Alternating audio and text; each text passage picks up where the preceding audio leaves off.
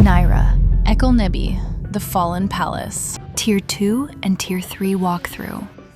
If you want to skip the roleplay, there's a lever hidden around the corner that will allow you to open the trapdoors immediately. Once down, you need to fight 4 trash waves and a torturer. You can speed up the process by using all 4 levers inside and opening the prison cells to free the trash. Watch out, the prisoners can stun. Like almost any boss fight, the boss should be fully debuffed by 8 seconds, and that's when Banner, To Arms, and Oathbreaker should be used for the first big nuke. This boss has quite a lot of different mechanics. Grisly Wound is a dot that you will constantly have to deal with during this fight. The boss can apply it in several different ways. The lower tiers are manageable depending on your mitts. Higher tiers will prove difficult. Tier 11 is Misadventure Death. You can see your tier of Grisly Wound by hovering over the yellow effect under your vitals. Another option is using plugins. Jagged Blade is a very quick, distributed attack around the boss in a short radius. To avoid someone taking a big hit alone, we all group up nicely behind the boss and have the tank in front. This ability will apply 1 tier of Grisly Wound to everyone close enough to be hit. Barbed Chain. This ability applies 1 tier of Grisly Wound to everyone. The boss will attach a chain to all the players and begin a 10 seconds induction. During the induction, you will be pulled towards the boss. This is harmless. Keep DPSing. Once the induction is almost finished, step away from the boss. When the induction ends, a puddle will spawn where the boss stands. This puddle deals a lot of damage, so make sure you move away from the boss in time. After 45 seconds combat time, the boss unlocks his Locked Up ability. This will send your support and DPS into jail. Healer, tank, and debuffers are immune to this effect. Once they are in jail, they will have to kill the torturer in their cell in order to escape. Make sure you avoid the torturer's frontal attack, Brand Stab. Either CC him or simply step behind him to avoid it altogether. He will not turn around during his induction. When the torturer dies, he drops a brand. Make sure you pick one up. This gives you a special skill you can use. Using the brand on yourself or a group member will completely remove your Grisly Wound and replace it with a small, rather harmless dot. You can pick up more than 1 brand at a time, however. When you use one, both will be consumed. It's possible to run out of your jail cell before the cell doors close if you run out the moment you are teleported. There is no real benefit to this, as you will still have to kill all 4 torturers before you can get back into the boss room. Another way to cleanse Grisly Wound is by being struck by Cauterize. When he begins the induction step in front of the boss and wait for him to hit you, you will receive the same dot as the brand gives and your Grisly Wound will be removed. For Tier 3, this also gives you an incoming damage debuff that stacks up. The more times you get hit by Cauterize, the more incoming damage you take, unless the debuff has expired.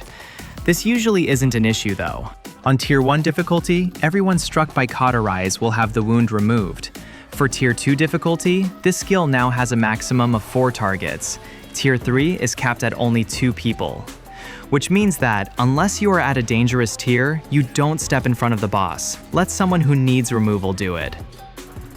Tier 3 difficulty has one more added mechanic. This is Chain Lash. The boss will begin the induction and a quarter of the room will be filled up with a puddle. The puddle rotates around the room counterclockwise. This is very similar to the blood fountain on second boss in Cauterize, the Wailing Hold. It always starts in the quarter of the room where the green puddle is. It will then make a complete rotation around the room. Make sure to get away from it quickly. Being inside will mostly prove fatal.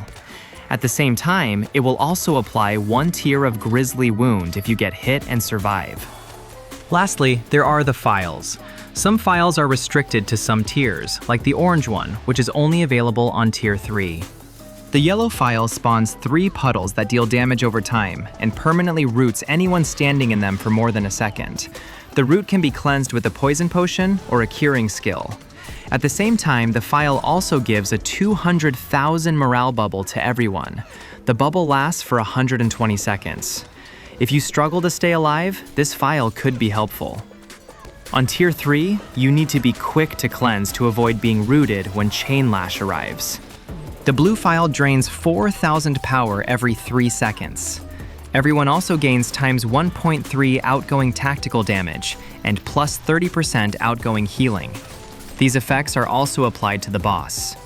If your group is made up of mostly tactical DPS, this Phial is worth considering.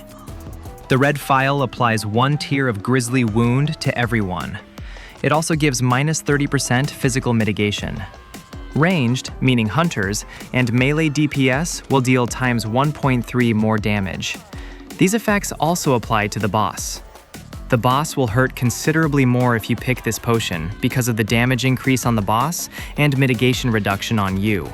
However, if your composition is mostly melee, this will heavily increase the damage done.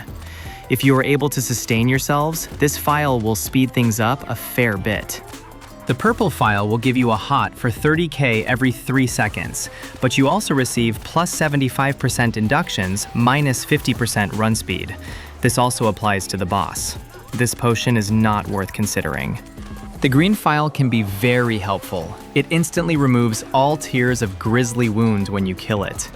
2 oozes will spawn every 20 seconds for a total of 6 oozes. It's important to interrupt their yellow induction. They will explode and deal a lot of damage. The orange Phial deals 46k damage over time. It gives minus 50% incoming healing, however, you also gain minus 75% skill inductions and times 1.2 outgoing damage to all types. Again, these effects are also applied to the boss. If the boss is low and the fight is stable, this potion can be experimented with. Failing to kill a Phial in time will give the boss a healing over time effect. Make sure to cleanse poison effects.